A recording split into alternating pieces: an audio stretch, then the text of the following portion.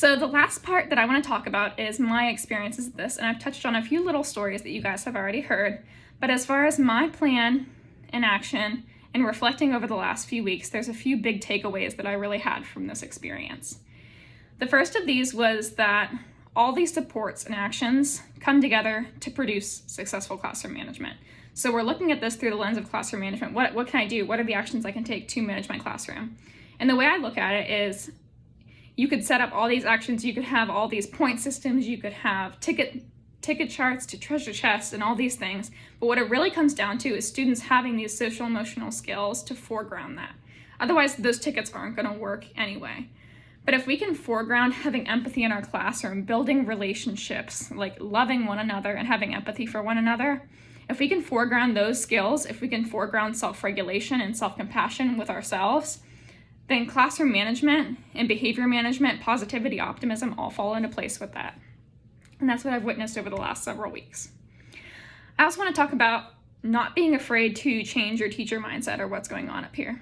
So sometimes in terms of modeling positive self-talk for the classroom, sometimes I make mistakes in front of the kids. I say the wrong thing or I botch a sentence when I'm teaching. And I'm like, oh, Miss Willoughby is just off her game today.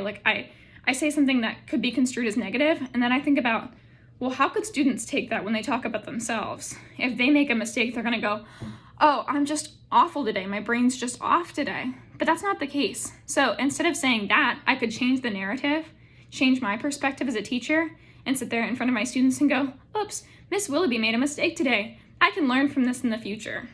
Or I can work on this in the future. And see it as a learning experience, change the narrative, make it positive, coming from the teacher, and I'm fostering that in students. That's what we really want to do. So this feeds into the fact that teacher self-compassion also fosters student self-compassion, which is really important.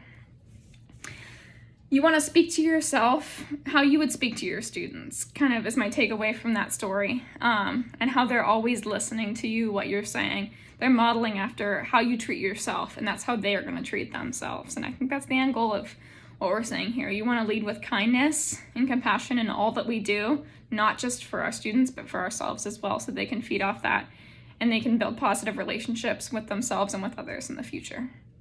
So thank you for following along. You'll see our references on the next slide, and that's all I have. Thank you.